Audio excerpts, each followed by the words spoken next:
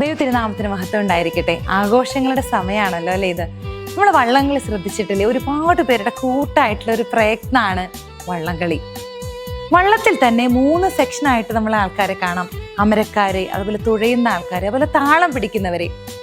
വളരെ പ്രഗത്ഭരായിട്ടുള്ള വള്ളങ്ങൾക്ക് വളരെ fraction of seconds കൊണ്ട് തന്നെ അവരുടെ സ്ഥാനം നഷ്ടപ്പെട്ടതായിട്ട് നമ്മൾ കേട്ടിട്ടുണ്ട്. അത് ചിലപ്പോൾ താളം പിടിക്കുന്നവരുടെ താളപ്പൊരുത്തമില്ലായ്മ കൊണ്ട് സംഭവിക്കുന്നതാണ്.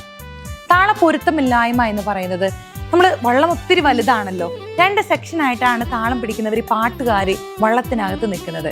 അപ്പൊ ഫ്രണ്ടിലെ താളക്കാരും ബാക്കിലെ താളക്കാരും തമ്മിൽ ഒരു പൊരുത്തമില്ലായ്മ വരുമ്പോൾ വള്ളം മൊത്തത്തിൽ ബാക്കിലോട്ട് വലിക്കും. ആ താളപ്പിഴവ് കാരണം അവരുടെ താളം തെറ്റി, തുഴയുന്നവരുടെ താളം തെറ്റി മൊത്തത്തിൽ വള്ളം പുറകോട്ട് വലിക്കും. അങ്ങനെ ചിലപ്പോൾ ഉണ്ടാവാറുണ്ട്. അവിടെ ഒരു പൊരുത്തം ഉണ്ടായാൽ മാത്രമാണ്, എത്ര പ്രഗത്ഭരായിട്ടുള്ള തുഴയുന്ന ആൾക്കാരുണ്ടെങ്കിലും, എത്ര പ്രഗത്ഭരായിട്ടുള്ള അമരക്കരുണ്ടെങ്കിൽ പോലും ചെറിയൊരു പിഴവ് പോലും വള്ളംകളി എഫക്റ്റ് ചെയ്യാറുണ്ട്. നമുക്ക് ഈ വെള്ളംകളിയുടെ എക്സാമ്പിൾസ് ഒക്കെ മാറ്റിവെക്കാം. 2 കുഞ്ഞുങ്ങൾ ഒന്നിച്ച് നടക്കുന്നതിനെ പറ്റി ചിന്തിക്കാം.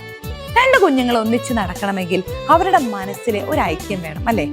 ആമോസ് 3:3 പറയുന്നു, സമ്മതിച്ചിട്ടില്ലാതെ 2 പേർക്ക് ഒന്നിച്ച് നടക്കാനാവുമോ? നമുക്കൊരു ചായ കുടിക്കാനായിട്ട് ഒരാളെ ക്ഷണിക്കണമെങ്കിൽ നമ്മുടെ മനസ്സിൽ ഒരു ഐക്യം വേണം, അല്ലേ? നമ്മൾ അത്ര അടുപ്പുള്ള ഒരാളെയാണ് അറ്റ്ലീസ്റ്റ് ഒരു ചായ കുടിക്കാൻ വരെ നമ്മൾ ക്ഷണിക്കുന്നത്.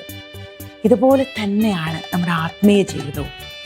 നമ്മുടെ കർത്താവിൻ്റെ കൂടെ നമുക്ക് നടക്കണമെങ്കിൽ നാമും നമ്മുടെ കർത്താവും തമ്മിൽ ഒരു ഉടമ്പടി വേണം.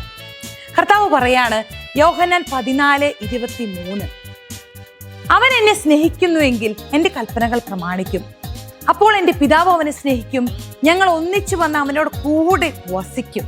നമ്മുടെ കർത്താവ് നമ്മളുടെ കൂടെ വസിക്കാൻ റെഡി ആയിട്ടിരിക്കുകയാണ്. സ്നേഹിക്കാനുള്ള ഒരു മനസ്സുണ്ടായാൽ മാത്രം മതി.